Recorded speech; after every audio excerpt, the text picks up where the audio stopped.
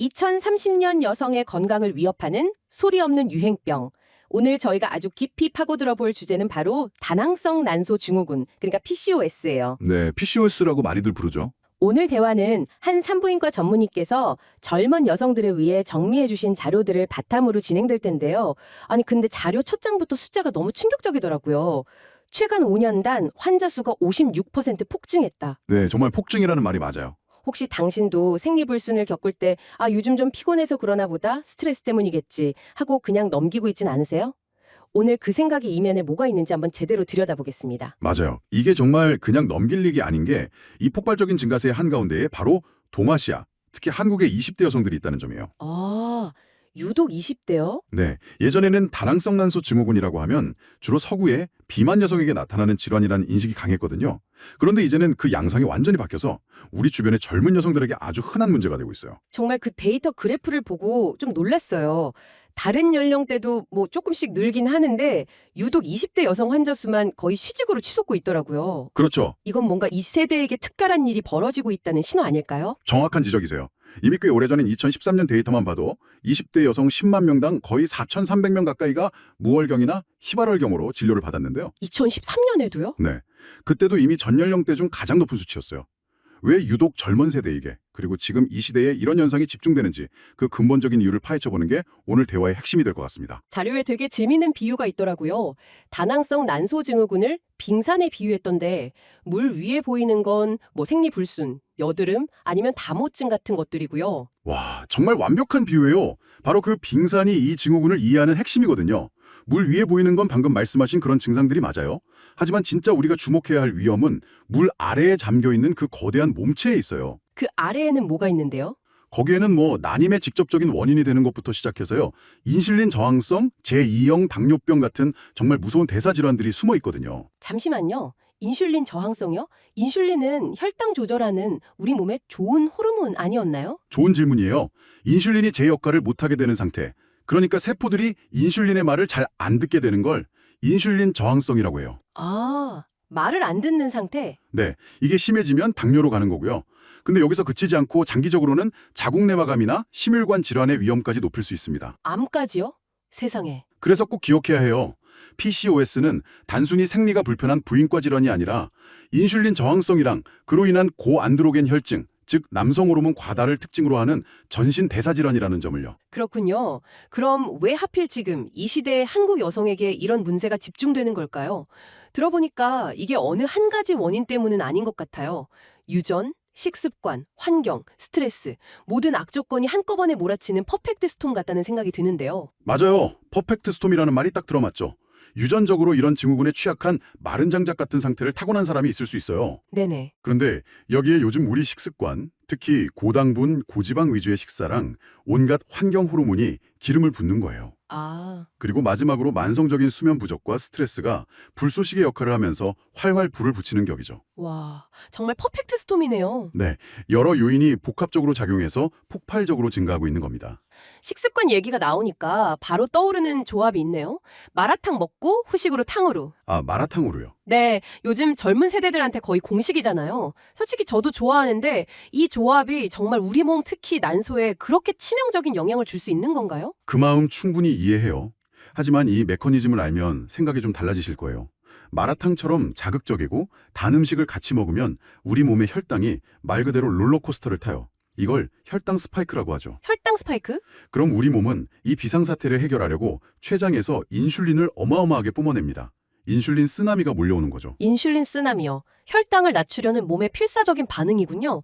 그런데 그게 왜 난소에 문제가 되는 건가요? 바로 그 지점이에요. 너무 과도하게 분비된 인슐린이 혈액을 타고 돌다가 난소에 도착해서 남성 호르몬을 만드는 남포막 세포를 직접적으로 자극하는 거예요. 남성 호르몬 더 만들어 하고 계속 신호를 보내는 거죠. 그 결과 남성 호르몬이 폭발적으로 증가하면서 다낭성 난소 증후군의 핵심 증상들이 나타나기 시작하는 거고요. 와, 달콤하고 짜릿한 음식이 난소를 직접 공격한다는 거네요.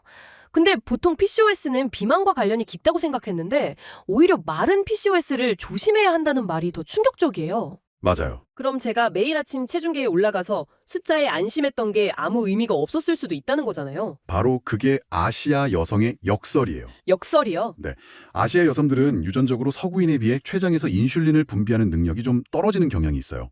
그래서 체중은 정상이더라도 근육량이 적고 복부에 내장 지방이 많으면, 즉 마른 비만 상태면 인슐린 저항성이 생기기 아주 쉽습니다. 겉보기엔 말랐지만 속은 다른 거군요. 그렇죠. 몸속 대사 환경은 비만인 사람과 똑같을 수 있는 거죠. 그래서 체중계 숫자에 속지 마세요. 당신의 근육량과 복부 지방이 핵심입니다.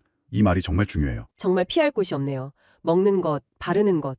이제는 우리가 매일 쓰는 플라스틱 컵이나 화장품 같은 건 어떤가요? 이것도 관련이 있을까요? 네, 일상의 화학적 공격이라고 부를 수 있을 정도예요.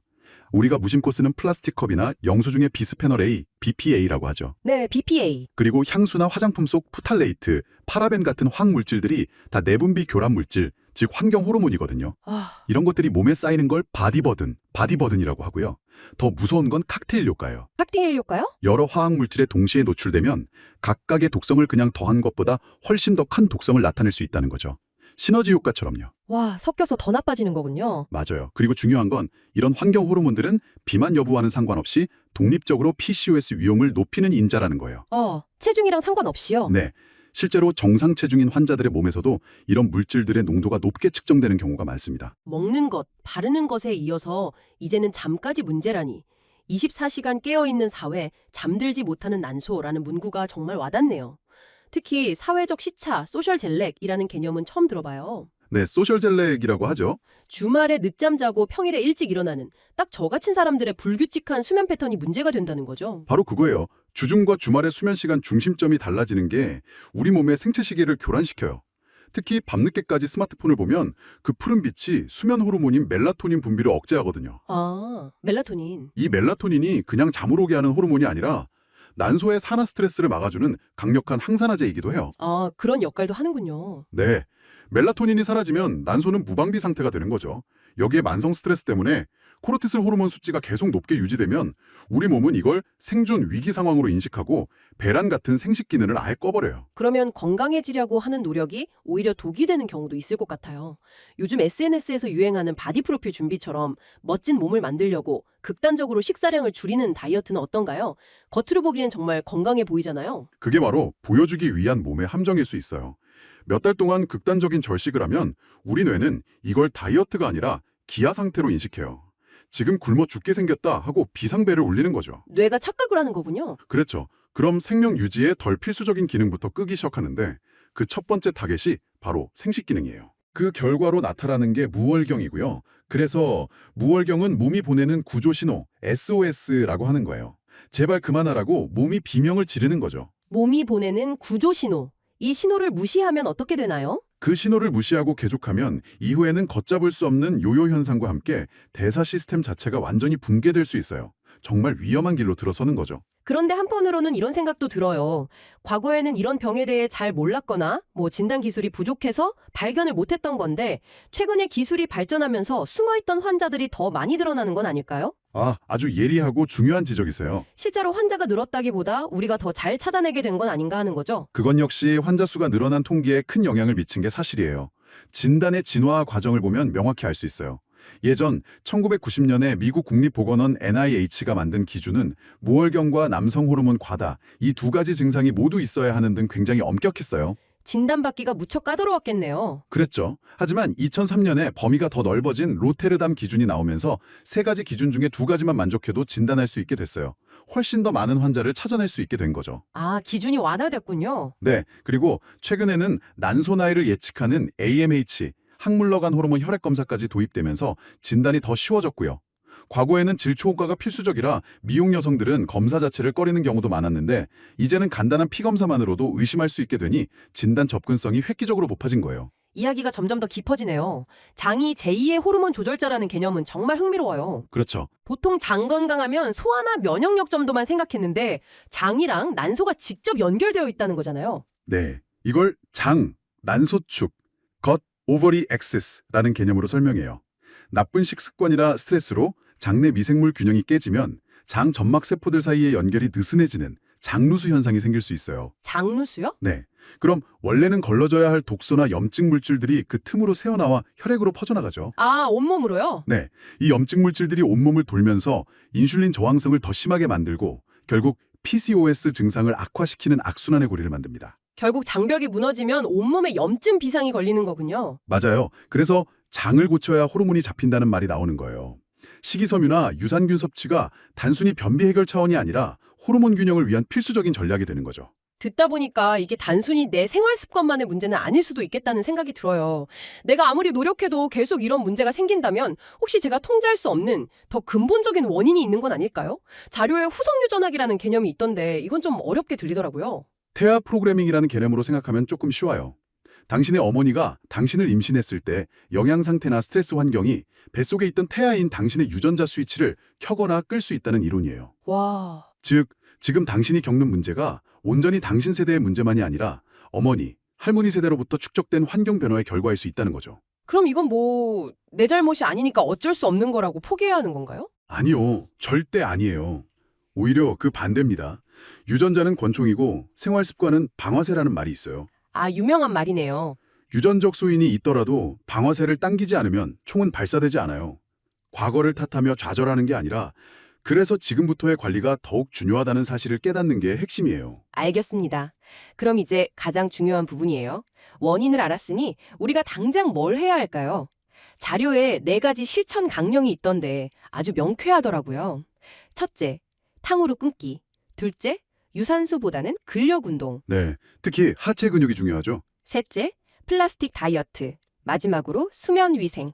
정말 핵심만 딱 짚어주셨네요. 네, 이 4가지만 꾸준히 실천해도 몸은 분명 긍정적인 신호를 보내올 거예요. 그런데요, 이런 생활 습관 개선만으로 불안할 때가 있잖아요. 병원에 가면 피임약 같은 호르몬 치료를 권유받기도 하는데 솔직히 좀 두렵거든요. 아, 그런 걱정 많이들 하시죠. 네, 몸이 안 좋은 건 아닐까? 부작용은 없을까? 걱정이 돼요. 그 두려움 충분히 이해해요. 하지만 치료에 대한 오해를 바로잡을 필요가 있어요. 경구 피임약이나 이노시톨, 당뇨약으로 알려진 메트포르민 같은 약물들은요, 무너진 호르몬 균형을 바로잡아주고 아까 말했던 자궁내막암이나 당뇨 같은 무서운 합병증으로 진행되는 걸 막아주는 아주 중요한 방패 역할을 해요. 아, 방패 역할이요? 네, 절대로 두려워할 대상이 아니에요. 방패. 하지만 근본적인 해결책은 아니라는 말씀이시죠? 정확해요. 기억하세요. 약물은 어디까지나 방패예요. 이 병을 근본적으로 치료하는 열쇠는 바로 당신의 라이프 스타일 변화에 있습니다. 약물은 당신이 건강한 생활 습관을 만들고 그 효과가 나타날 때까지 당신의 몸을 안전하게 보호해주고 시간을 벌어주는 강력한 지원군이라고 생각하시면 돼요. 오늘 얘기를 나눠보니 다낭성 난소증후군은 단순히 생리가 불규칙한 작은 문제가 아니라 우리가 뭘 먹고 어떻게 자고 어떤 환경에서 사는지 그 모든 것이 얽혀 만들어진 현대사회의 퍼펙트 스톰이라는 걸 깨달았어요. 맞아요. 특히 체중계 숫자와는 상관없이 말랐다고 안심할 수 없는 마른 PCOS에 대해 제대로 알게 된 것이 오늘 대화의 가장 큰 수확이 아닐까 싶어요. 오늘 나눈 이야기들이 당신의 몸이 보내는 작은 신호들을 더 잘 이해하고 건강한 변화를 시작하는 계기가 되기를 진심으로 바라요. 아는 것이 힘이니까요. 오늘 후성 유전학 이야기도 했잖아요. 어쩌면 당신의 건강관리가 당신 한 사람의 문제에서 그치는 게 아닐지도 모른다는 생각이 드네요. 오늘 당신이 내리는 작은 건강한 선택 하나, 탕후루 대신 과일을 고르고 엘리베이터 대신 계단을 오르는 그 작은 행동이 다음 세대에게 당신이 물려줄 수 있는 가장 값진 유산이 될 수도 있지 않을까요?